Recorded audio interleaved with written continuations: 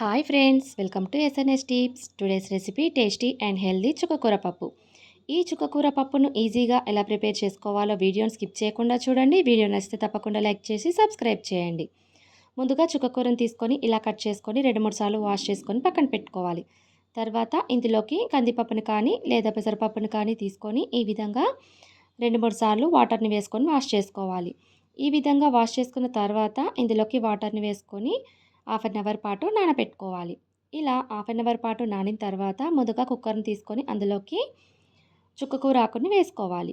ఈ చుక్కకూర అనేది హెల్త్కి చాలా మంచిది. ఇందులో ఐరన్, కాల్షియం ఎక్కువగా ఉంటుంది కాబట్టి బ్లడ్ తక్కువగా ఉన్నవారు, కాల్షియం డెఫిషియన్సీ తక్కువగా ఉన్నవారు ఈ చుక్కకూర ఆకును వారానికి 2-3 సార్లు యూజ్ చేస్తే చాలా మంచిది. ఈ విధంగా నానిన పప్పును కూడా ఇందులోకి యాడ్ చేసుకోవాలి. తర్వాత ముందుగా కట్ చేసి పక్కన పెట్టినటువంటి ఉల్లిపాయ ముక్కల్ని వేసుకోవాలి. అదేవిధంగా పచ్చిమిరపకాయలని కూడా ఇందులోకి వేసుకోవాలి. ఇలా వేసుకున్న తర్వాత 1 స్పూన్ వరకు ఆయిల్ని కూడా యాడ్ చేసుకోవాలి. అదేవిధంగా హాఫ్ స్పూన్ వరకు పసుపును, 1 స్పూన్ వరకు కారాన్ని, రుచికి సరిపడా ఉప్పును వేసుకోవాలి. ఇందులో కాస్త ఉప్పు అనేది ఎక్కువగా పడుతుంది. ఎందుకంటే చుక్కకూరాకు కొంచెం పుల్లగా ఉంటుంది కాబట్టి సాల్ట్ అనేది ఎక్కువగా పడుతుంది. ఈ విధంగా సాల్ట్ వేసుకున్న తర్వాత 2 గ్లాసుల వరకు వాటర్ని వేసుకోవాలి. మీరు మరి మెత్తగా కావాలనుకుంటే ఇంకొక హాఫ్ గ్లాస్ వరకు కూడా వాటర్ని యాడ్ చేసుకోవచ్చు. ఈ విధంగా వాటర్ని వేసుకొని మూత పెట్టుకొని విజిల్ని పెట్టి మీడియం ఫ్లేమ్లో 3 విజిల్లు వచ్చేంత వరకు ఉడికించుకోవాలి. ఈ విధంగా 3 విజిల్లు వచ్చిన తర్వాత ఎయిర్ పోయిన తర్వాత మాత్రమే కుక్కర్ని ఓపెన్ చేసుకోవాలి. ఓపెన్ చేసిన తర్వాత ఒకసారి బాగా మిక్స్ చేసుకోవాలి.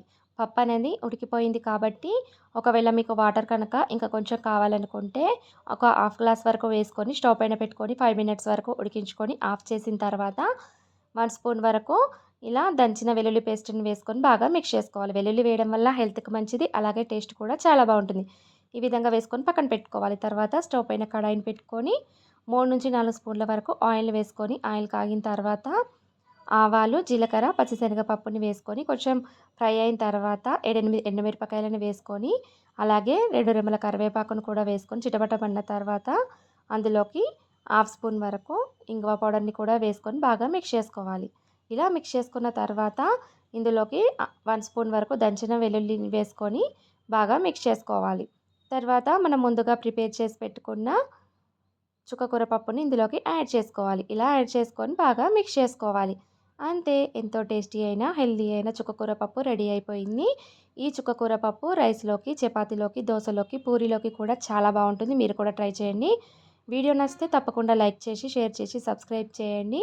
Thanks for watching.